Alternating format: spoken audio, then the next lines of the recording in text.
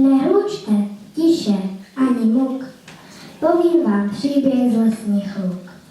Bude to příběh pravdivý, o mravencích i cvrčkovi.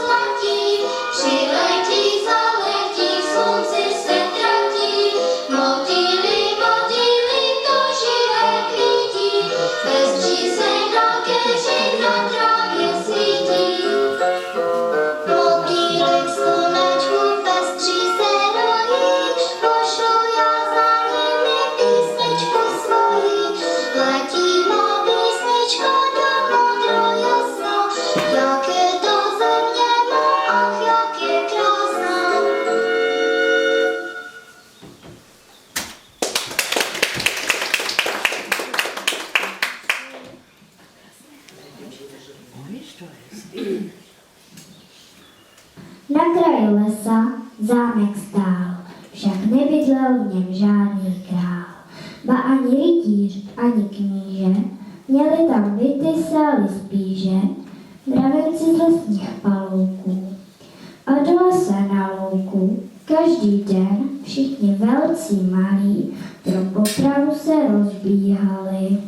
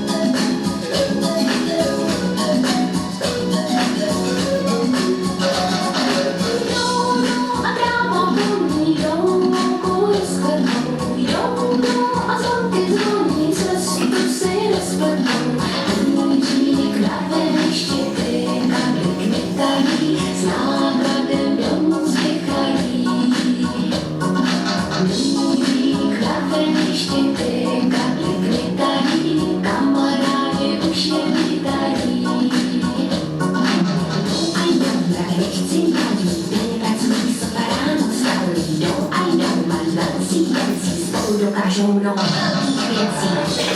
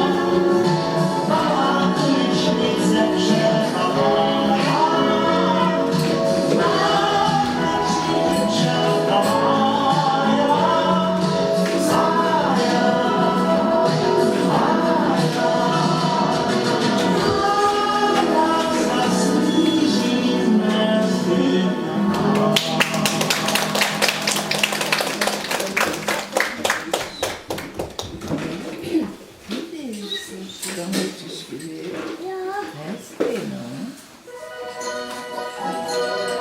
A v noci krásně svítí svět růžky, tam, kde za srdce tě berou růžky, tam, kde veselé si žijou čtvrť lásky, tam, kde v noci zbrouka děláme krásy, tam nás dneska večer možná čekají. Pojďte po špičkách a potají.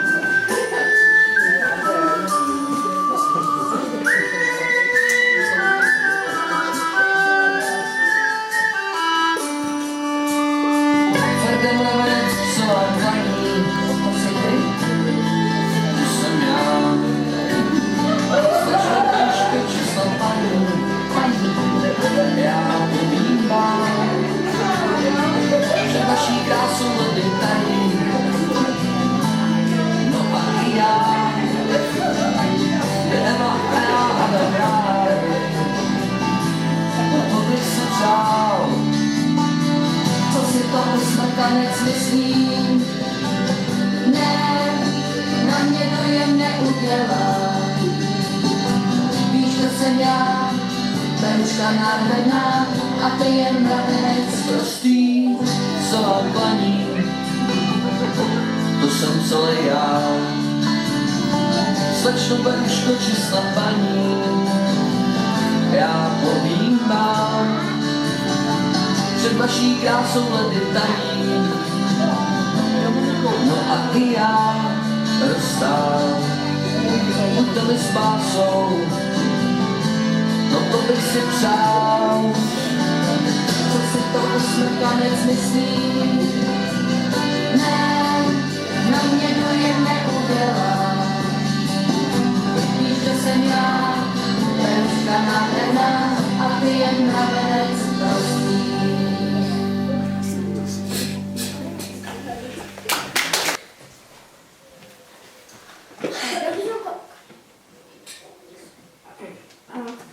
A do vzduchu kotův a včel, tam jasný hlásek houslí měl. Po noci zazněl ještě včera a já jsem vždy až do večera. To cvrček hrál, jak ráno vstal, už pod branou si housle dal.